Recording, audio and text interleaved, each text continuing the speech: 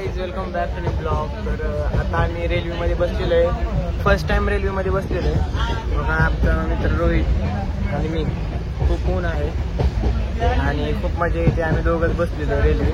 मला अजून परिसर दाखवतो.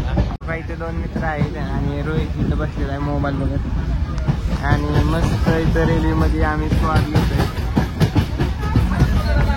तुला कसं वाटतंय रेल्वेत बसल्यावर? घाण वाटते का? त्याला घाण वाटते ते यार पडन मोबाईल. काय पहिल्यांदा रेल्वेत बसलोय आणि स्टोरी टाकतोय. काय लिहितोय रे?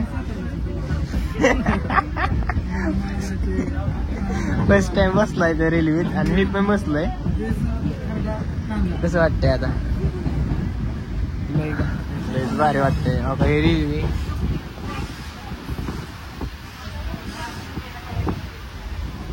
रेल्वे आहे. आमच्या दोन पुढे दोन काका बसलेले आहेत. मस्त रेल्वे चाललेली आहे. काहीच रेल्वे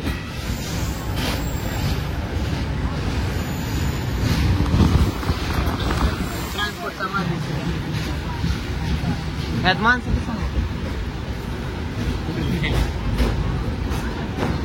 माल दिसतोय यातला.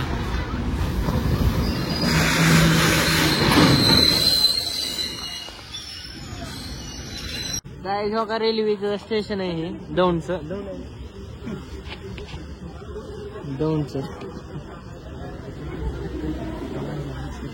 कुठल्या त्या कुठल्या कुठे? हडपसर मध्ये आम्ही पोहोचलेलो आहे. रेल्वे बघा सगळी माणसं. रोहित आणि मी आहे. अरे रोहित कसं वाटतंय? कसं वाटतंय?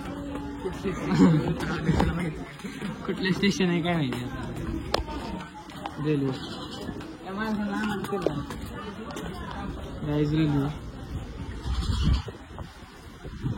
स्टेशन गाईस. तर आता आम्ही पुण्यात आलेलो आहे. पोहोचलेलो आहे. खूप गर्दी आहे पुण्यात पण बरं वाटतंय. रोहित आणि मी आलेलो आहे. CETचा एक्झाम आहे आमची आज. कसलाच आमची म्हणजे माझी. त्यासाठी माझ्यावर रोहित आलेला आहे. तर खूप भारी वाटतंय. खूप अभ्यास केलाय. खूप आज पेपर लिहिणार मस्त मध्ये. पुण्याचं कोण असेल तर मला भेटा नक्की. या कमेंट करा. भेटूया. तर आता आम्ही ऑटो मध्ये बसलेलो आहे. बघू शकता ऑटो हे मोठे मोठे म्हणजे घ्यायचे आणि मस्त आम्ही दोघं फोनमध्ये बघतो इकडे. आणि मजा आहे आणि कॉलेज आहे असं प्रकारे.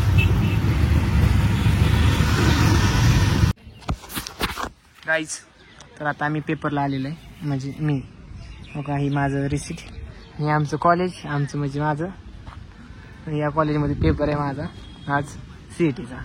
तर सगळेजण असे बसलेले आहेत. लवकर आलेले. आम्ही पण लवकर 4 वाजता पेपर आहे. आता 12 वाजलेले आहेत.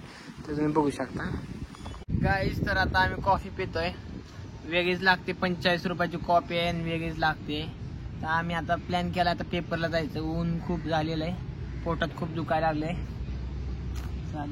चालून लय चाललोय. तुम्हाला काय सांगू शकत नाही. इतकंच महाग चाललोय. आम्ही पुढे चाललोय. तर काय आता जाऊयात पेपर द्यायला. खूप ऊन आहे बघा. लय ऊन आहे. आम्ही तर सावलीला बसलो इथं.